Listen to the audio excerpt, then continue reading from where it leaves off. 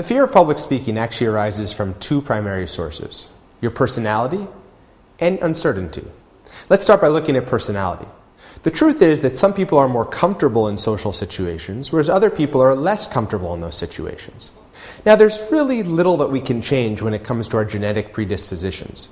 What we can change relates to that second aspect, that second component of why a lot of people fear public speaking, and that's uncertainty.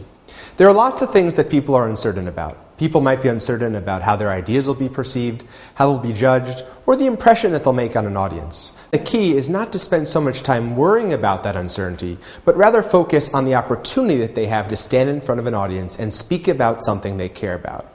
Let's talk about some sets of strategies that people can use to overcome that fear.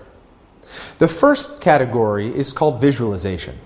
The idea of seeing ourselves being successful. The idea of seeing the sequence of steps that we're going to take from the moment we enter the room to the moment we get that applause at the end can actually help us be more successful. The second set of strategies that I want to talk about relate to anti-nervousness techniques or relaxation techniques.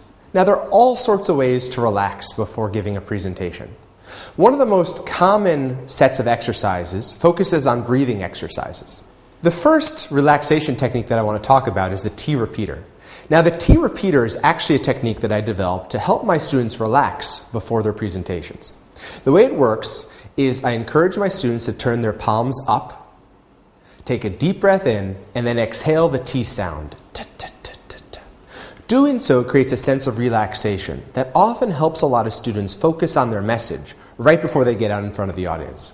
The next set of relaxation techniques that often work well involve eye contact, and one in particular that I like to emphasize is called easing into eye contact. Now, one of the reasons a lot of people are nervous is because they feel like people are judging them, that people are staring at them when they stand out in front of the audience. So what you can do, rather than look directly into the eyes of the people you're talking to, is ease into eye contact. Try actually looking at a person's forehead, or if they're wearing glasses, at the rims of their glasses. Doing so creates the impression that you're looking at them without actually looking at them.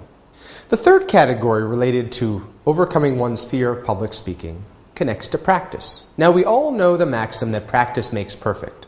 But what's most important is that we're practicing in specific ways. What we want to do is actually speak as much of our presentation as we can. We actually want to speak in front of a mirror or in front of a webcam. That way we can see ourselves succeeding. Moreover, we can also be attentive to what we do well and what we can improve. One of the most important parts of the presentation to practice is the introduction and the conclusion.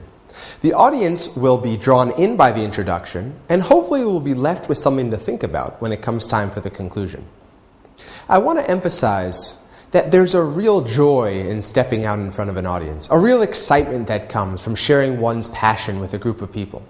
So we can't let the fear of public speaking paralyze us and inhibit our abilities to get to the next step, to get to the type of positions that we want and that we're ready for.